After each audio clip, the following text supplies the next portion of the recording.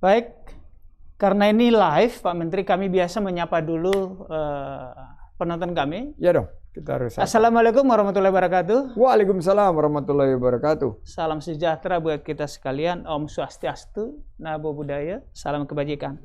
Tribuners, dimanapun Anda berada, juga penonton Warta Kota di Jakarta atau dimanapun, malam ini kita bincang-bincang dengan Menteri Pariwisata dan Ekonomi Kreatif, tokoh muda yang bukan barang asing lagi buat Anda, pernah Wakil Gubernur DKI Jakarta, tetapi dengan rela meninggalkan itu untuk mengabdi buat Indonesia yang lebih besar, calon Wakil Presiden, belum beruntung dan saat ini bergabung di kementerian juga untuk berbuat buat bangsa Indonesia. Beliau adalah Pak Sandiaga Uno. Horas Pak Menteri. Tribuners, kita bincang-bincang dengan beliau sejak dilantik 23 Oktober tahun lalu. 23 Desember. 23 Desember tahun lalu. Sudah berapa kali ke Danau Toba itu ke Sumatera, Pak Menteri? Sudah dalam 3 bulan ini sudah 3 kali, Pak. 3 kali dalam 3 bulan, berarti hampir setiap bulan ke Sumatera. Ngapain saja itu Pak Menteri? Jadi kunjungan pertama saya lakukan tahun baru atau sebelum tahun baru, tanggal 30 dan 31. Saya melihat bagaimana Danau Toba beradaptasi di tengah pandemi. Dan saya melihat dari big data, dari teman-teman laporan baik dari Traveloka, Tiket.com, dan pergi-pergi beberapa data yang kami analisa bahwa kunjungan ke Danau Toba ini mengalami peningkatan dibanding justru tahun 2020 di tengah pandemi. Dan kita sekarang melihat bahwa kunjungan pertama saya itu membuktikan bahwa Danau Toba adalah bagian daripada tren pariwisata baru yang personalized, customized, localized, dan smaller in size. Jadi yang datang itu 1-2 mobil, keluarga, terus mereka datang ke minat-minat khusus mereka, dan mereka datang dari Bandung, dari Jakarta, dari Lampung, sampai dari Padang, dan mereka mencari satu yang lain di tengah-tengah pandemi adalah pariwisata berbasis budaya dan alam terbuka. Jadi nature dan culture. Kunjungan kedua, saya memfokuskan untuk persiapan quick wins. Bagaimana kita dalam 3 bulan ini mencapai satu hal yang harapannya ya bisa membangkitkan semangat, memupuk motivasi, membuka adaptasi, dan kunjungan itu kami meluncurkan program Beli Kreatif Danau Toba. Jadi produk-produk ekonomi kreatif Danau Toba itu kita launching. Saya mengunjungi Dairi, sementara Wakil Menteri Ibu Angela ada di Bali G. Sebagai ini masih berlangsung terus Beli Kreatif Danau Toba.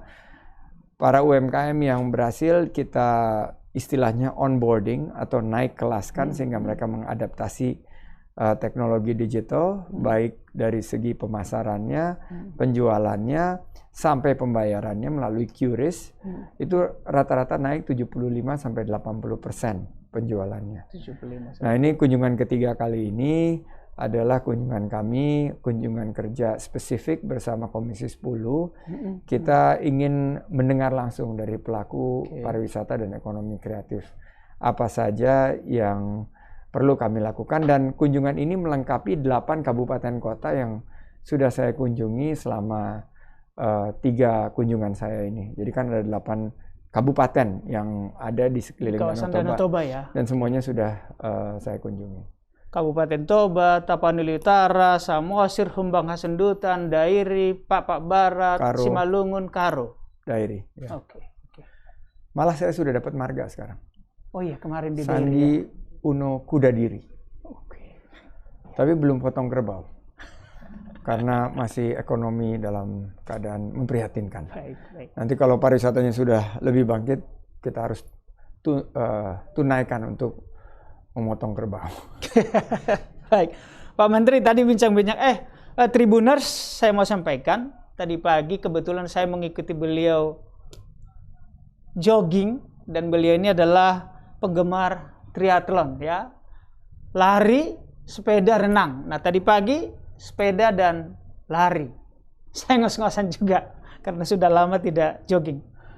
Pak Menteri, tadi pagi kita agak melompat. Tadi pagi kita berkeliling di seputar Danau Toba di Tuk-Tuk, Kabupaten Samosir. Pak Menteri menyebut ada setidaknya tadi yang 3, renang, lari, dan sepeda.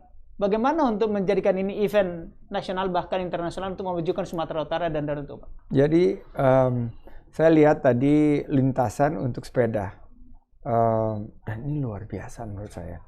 Dari total 25 km yang saya uji cobakan tadi, ini lintasan yang cukup menantang, naik turunnya, dan juga dari segi kemulusan jalannya itu standar yang sangat baik. Itu pertama. Kedua adalah keindahan alamnya dan keramahan warga sekitarnya. Karena kalau mau jadi event triathlon, duathlon, atau maraton itu masyarakat harus menyambut. Dan saya berlari itu semua disapa sama masyarakat. Selamat pagi Pak Sandi, horas, maju. Dan itu yang menjadikan satu destinasi ini sangat siap untuk triathlon. Nah, yang belum saya coba adalah renangnya, open water swimming, dan rencananya semasa saya menjadi ketua umum PRSI, kami pernah menyelenggarakan open water swimming di Danau Toba.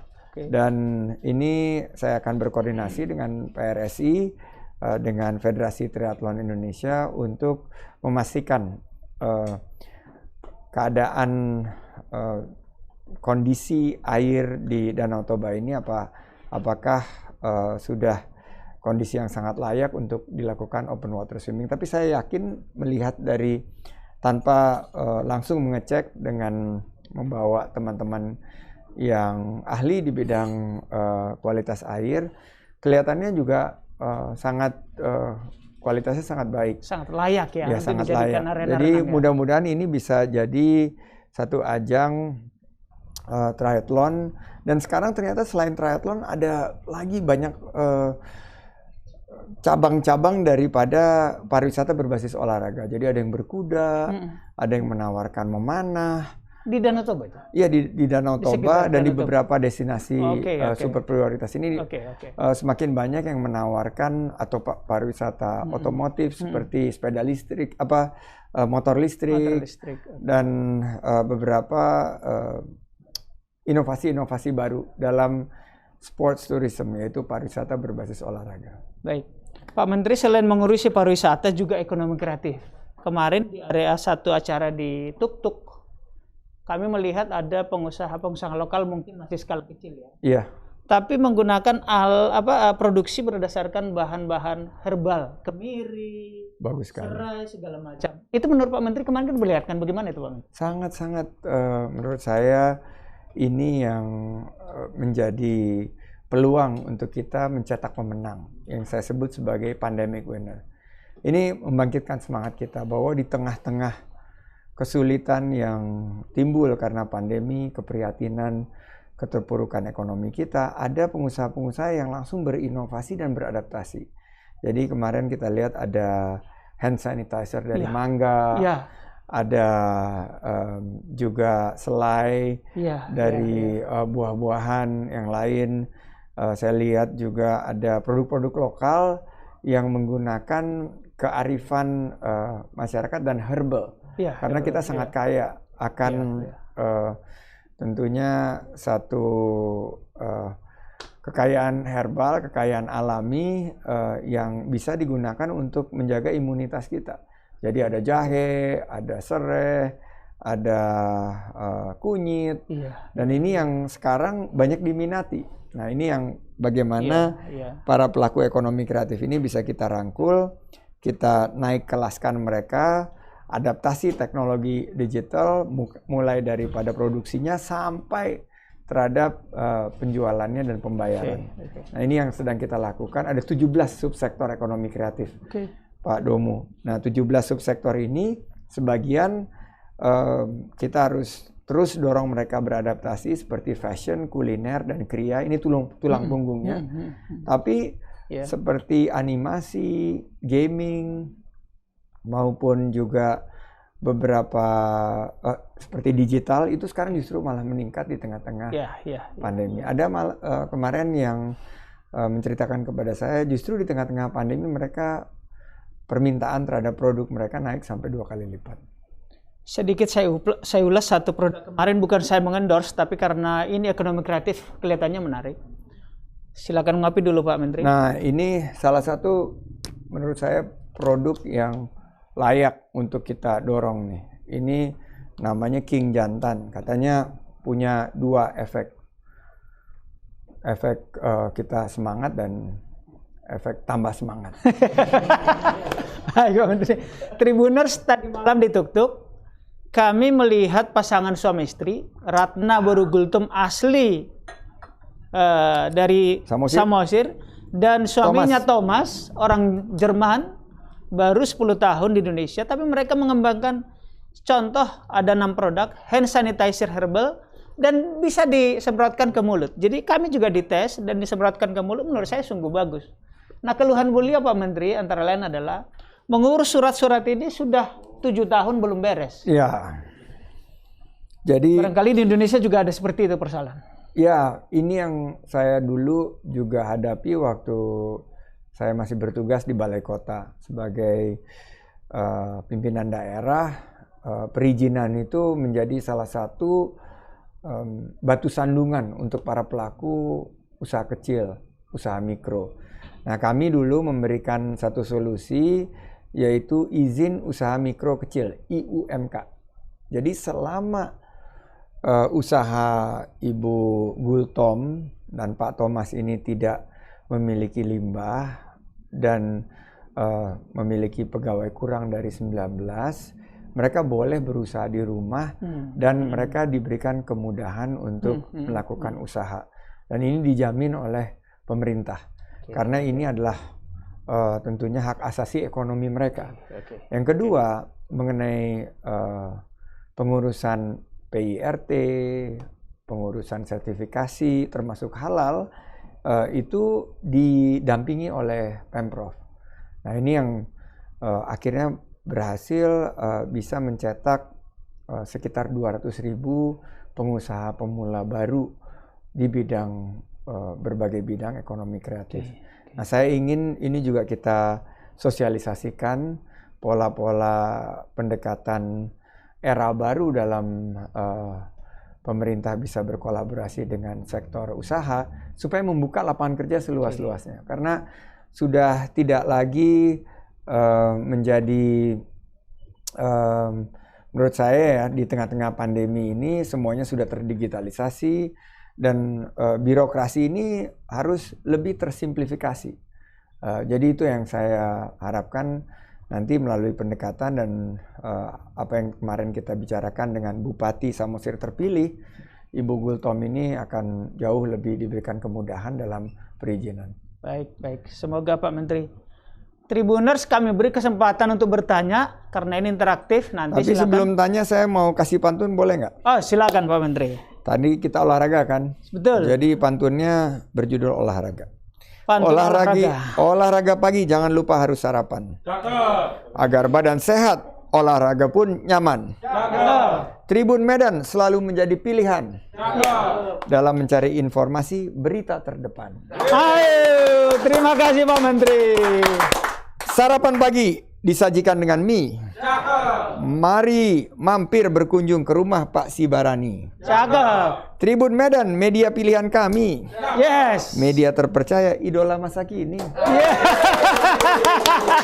Terima kasih Pak Menteri. Ini sastrawan Agus harus itu sastrawan kita bilang. Harus membalas nanti sastrawan Melayu. Sastrawan Melayu. Silakan dibalas sastrawan Melayu Agus. Pak Menteri, sebelum kita nanti sedikit ke pertanyaan ya. Ya, 5 super prioritas, masih sedikit tentang Danau Toba. Sejak saya SD barangkali pesta Danau Toba sudah ada Pak Menteri. Sampai sekarang tidak ada kreasi. Ada kemarin yang bertanya ke media sosial kami, apa kreasi yang akan diberikan oleh Badan Otorita Danau Toba atau kementerian supaya pesta Danau Toba ini lebih bergairah lagi, setidaknya untuk wisatawan domestik.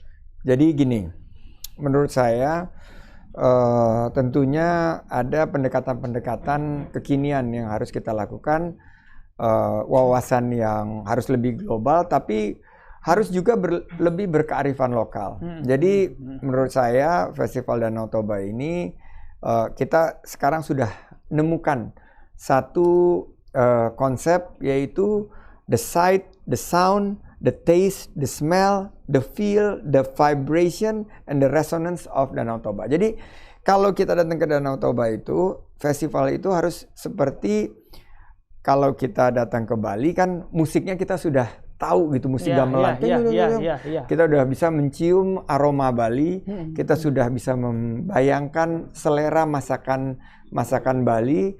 Kita juga harus melihat bagaimana fashion dari Bali itu semua dalam satu tarikan sesuatu yang memberikan fenomena tersendiri bagi kita, sehingga begitu kita mengunjungi Bali itu sangat magical, kita mau kembali lagi.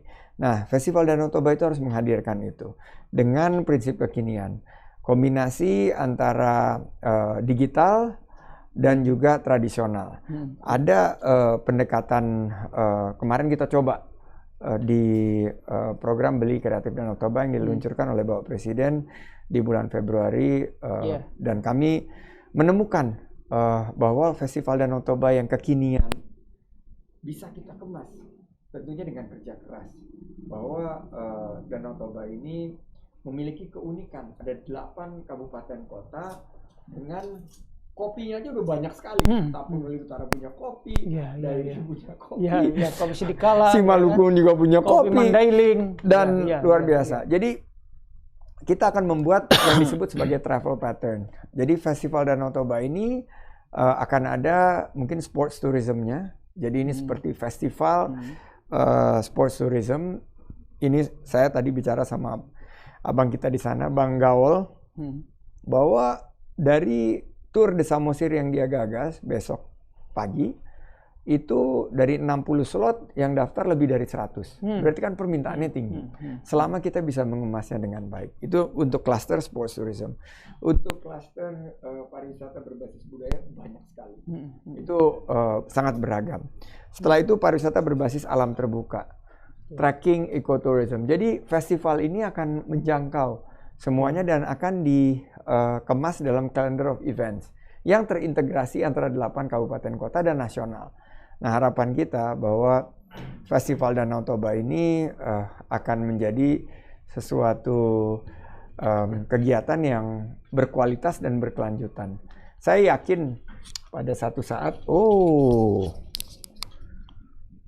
yes, lanjut aja. Oke. Jadi pada satu saat bahwa ini mimpi kita semua ya. Danau Toba punya keunikan, Bali punya keunikan, Borobudur punya keunikan. Tapi kalau masyarakat berpikir tentang alam terbuka dan storynomics di belakang pariwisata itu, orang akan terpikir Danau Toba. Nah, itulah baru kesuksesan Festival Danau Toba yang saya harapkan akan menjadi ikon. Baik. Pak Menteri tadi sudah menyebut beberapa di antara 5 super destinasi super prioritas, yakni Danau Toba di Sumut, Likupang di Sulawesi Utara, Borobudur Jawa Tengah, Mandalika NTB, Labuan Bajo NTT. Kita menghargai perbedaan keunikan masing-masing. Dibanding Bali, dibanding Borobudur misalnya, saya sendiri merasakan masyarakat Samosir atau kawasan Danau Toba masih belum ramah terhadap wisatawan, berbeda dengan tahun 80 yang banyak wisatawan asing. Bagaimana kira-kira menggairahkan ini Pak Menteri? Nah, saya ternyata menggali. Tadi ada sesi khusus di Poltekpar Medan dan saya ingin Poltekpar Medan ini karena selain membangun infrastruktur yang sekarang ada digalakan, triliunan sudah kita gelontorkan untuk Danau Toba, tapi selain membangun fisik, kita harus membangun juga jiwa. Selain membangun raga, kita harus membangun spirit dan SDM di Danau Toba. Perilaku juga. Perilaku. Dan ternyata begitu kita gali, orang-orang di Danau Toba, masyarakat di sana itu sangat ramah sebetulnya. Memang mindset dan apa yang sering menjadi buah bibir adalah tidak ramah terhadap wisatawan dan lain sebagainya. Tapi justru kita temukan nilai-nilai luhur budaya di Danau Toba itu justru sangat welcome. Asal kita tentunya bisa, kalau di Jawa berbicaranya ngewongke. Iya, memanusiakan manusia. Jadi kita harus merangkul masyarakat di sana sebagai bagian daripada pariwisata. Pariwisata itu nggak boleh eksklusif. Ya. Pariwisata itu harus berkeadilan. Ya. Makanya saya bilang konsep ke depan desa wisata, wisata yang alam terbuka melibatkan warga, itu yang harus disentuh. Dan ternyata jika kita kembalikan ke kearifan lokal dan budaya bangsa Batak ini, luar biasa. Mereka bicara begini, Pak. Pak Domu, mereka bicara begini, mereka bilang bahwa diterjemahkan ke bahasa Indonesianya ya. Saya menghadap raja, itu wisatawan dianggap raja, dianggap tulang dengan 10 jari dan 11 kepala. Dengan kepala saya. Itu kan luar biasa. Menurut saya itu sangat menghormati wisatawan. Jadi jika kita mengerti budaya Batak ini, tinggal kita menggali dan mengemas ulang. Dan ini menurut saya akan luar biasa. Iya, pepatah itu paling hormat. Saya datang bersembah dengan 10 jari ditambahi 1 kepala menjadi 11. Itu paling hormat memang. Permohonan yang luar biasa dalam suku Batak. Dan itu yang saya terima selama kunjungan 3 kali. Sebelumnya saya datang tapi berkunjung sebagai peserta ultramaraton atau wisatawan. Tapi sekarang saya datang untuk kerja dan melihat bagaimana ternyata solusinya itu sudah ada. Tinggal kita mengemasnya ulang dan mempromosikan. Saya yakin pembangunan infrastruktur, pembangunan SDM yang kita lakukan secara gencar dalam 5-10 tahun ke depan, banyak yang bilang, wah ini Bali baru. Menurut saya kapasitas Danau Toba ini sangat lengkap ya. Ada air terjun, kemarin kita ke Situmurun. Luar biasa saya lihat, itu saya sampai terperangah. Situmurun. Air terjun Situmurun. Belum pernah kan? Ini orang Ambarita ini. Jadi kita dibawa ke Situmurun, kita lihat ke Simanindo. Itu menurut saya Swiss, ya kalau dibandingkan kita akan sangat bangga bahwa Indonesia ini sangat indah. Saya ingat banget di Lake Geneva, mereka juga berbasis danau kan. Itu di setiap tempat kita berhenti dengan kapal itu, misalnya kita berhenti di Montreux. Montreux itu ada festival jazz. Terus kita berhenti di Vevey. Vevey ada festival lukisan. Terus kita berhenti mungkin dekat Geneva. Di Geneva ada festival jam. Karena kota Jenewa ini terkenal dengan jam. Nah, kegiatan-kegiatan dan event-event yang khas seperti itulah yang harus kita hadirkan di Danau Toba. Baik. Kayak itu ada pertanyaan dari netizen? Iya, ada dari Tribuners ini Pak. Dari akunnya Nova Sativa, dia tanya, majukan usaha kopi Pak Sandi di semua daerah. Dari tadi kita lihatin Bapak minum kopinya aja. Gimana rasa kopinya Pak? Oh, iya. Kita seruput dulu kopi ini. Iya.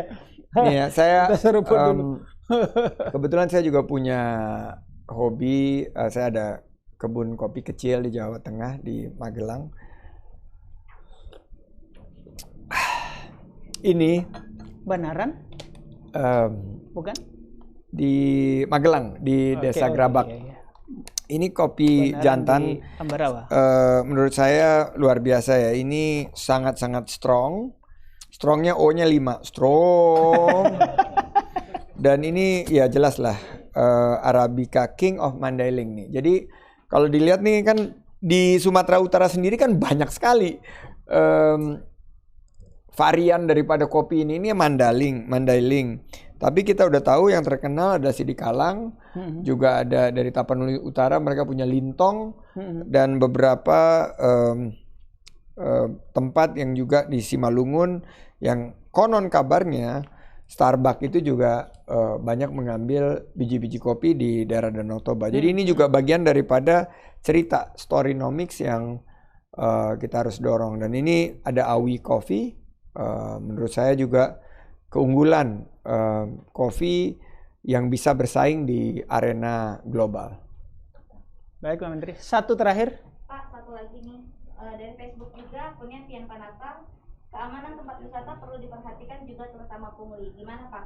Keamanan, menghindari pungli. Nah, kebetulan kami juga banyak berkoordinasi dengan pihak keamanan, kepolisian, juga kemarin kami berkoordinasi dengan Kapolres setempat.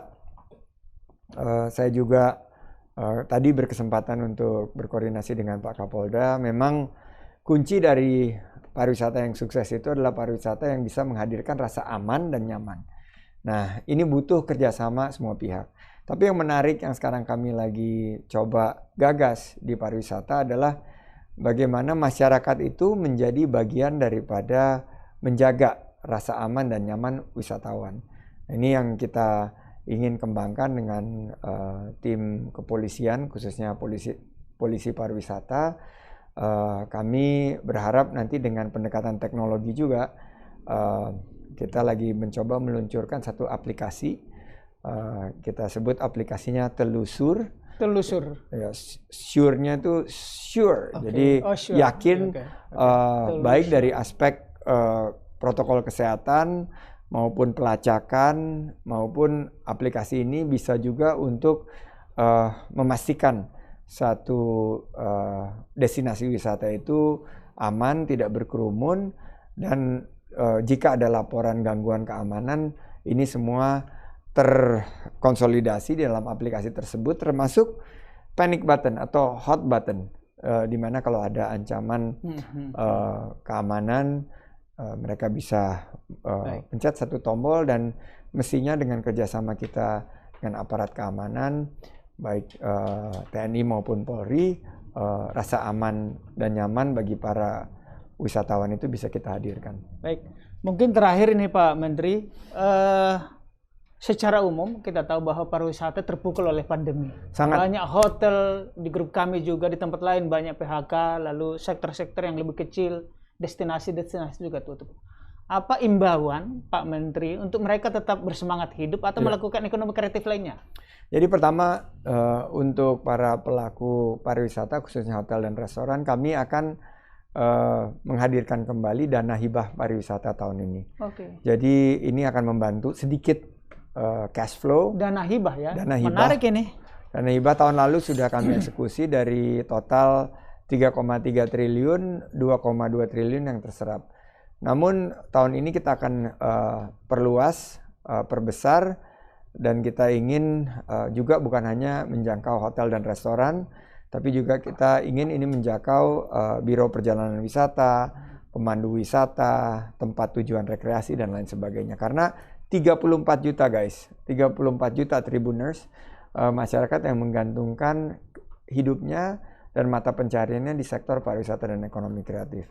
Jadi tetap semangat, terus berinovasi, adaptasi terhadap protokol kesehatan, dan kolaborasi. Badai insya Allah segera berlalu. Di balik badai ini akan ada pelangi yang sangat indah, dan kemarin di waktu meninggalkan Perapat menuju ke Tuk-Tuk, saya melihat satu pelangi yang sangat indah, dan itu saya abadikan di gambar. Saya belum naik di Instagram, tapi untuk Tribuners ini saya bocorkan bahwa mantap. Benar ini Tribuners saya bocorkan, itu saya menganggap bahwa pelangi tersebut berbentuk hampir sempurna, setengah lingkaran, dan lingkarannya itu jatuh di kota Perapat. Kita tinggalkan menuju ke Tuk-Tuk. Saya merinding langsung, saya bilang inilah apa yang dijanjikan pelangi setelah badai. Berarti alam semesta menyambut Pak Menteri itu. Semestakum. Semesta alam mendukung. Oh mantap. Pak Menteri, karena dana hibah itu biasanya ditanya orang, apa syarat bagaimana? Boleh dong dikit. Jadi dana tersebut syarat ketentuan kami berikan melalui kerjasama dengan pemerintah daerah, terutama pemerintah provinsi, dan pemerintah provinsi mendata melalui pajak hotel dan restoran yang dibayar untuk tahun lalu. Tahun ini kita perluas dengan pajak hiburan dan pajak pertambahan nilai untuk Biro Perjalanan Wisata. Data-data tersebut mohon dilengkapi dan mohon menghubungi, kami bekerja sama dengan PHRI dan untuk Biro Perjalanan Wisata dengan Asita dan beberapa asosiasi lainnya, Kadin dan HIPMI juga termasuk. Data-data tersebut dilengkapi, dimasukkan kepada pemerintah daerah dan kami akan mengeksekusinya melalui kerjasama dengan pemerintah daerah. Artinya pajak mereka akan digratiskan dibayar pemerintah? Oh, Begitu, Pak? bukan. Jadi Bukan? terbalik. Jadi berdasarkan jumlah pajak mereka yang dibayar tahun 2019, mereka akan menerima cash flow ini hibah loh. Jadi kita akan berikan sebagai bentuk dari dukungan pemerintah kepada sektor pariwisata. Sebesar pajaknya itu totally. Sebesar pajak yang sudah dibayarkan sebelumnya. Pegiat pariwisata, PHRI, di situ ada hotel, restoran. Kabar baik dari Pak Sandi. Kita dukung terus pemerintahan, kementerian, semoga sukses, makin maju. Sehat untuk Pak Sandi, maju pariwisata Indonesia. Tribuners, demikian dari kami. Saya, Domo Ambarita, pemimpin redaksi Tribun Medan, merangkap-rangkap pemimpin redaksi Warta Kota dan Super Bowl. Sekalian juga moderator yang canggih. Juga wakil direktur pemberitaan Tribun Network. Silakan ditutup Pak Sandi, barangkali mau berpantun lagi atau ada ini namanya closing statement. Pantun COVID. Memang keadaan ekonomi sulit. Hidup terasa terjepit. Cakep. Tapi mari kita bangkit. Cakep. Bersama Tribun, we can do it. Terima kasih Pak Menteri. Terima kasih. Siap.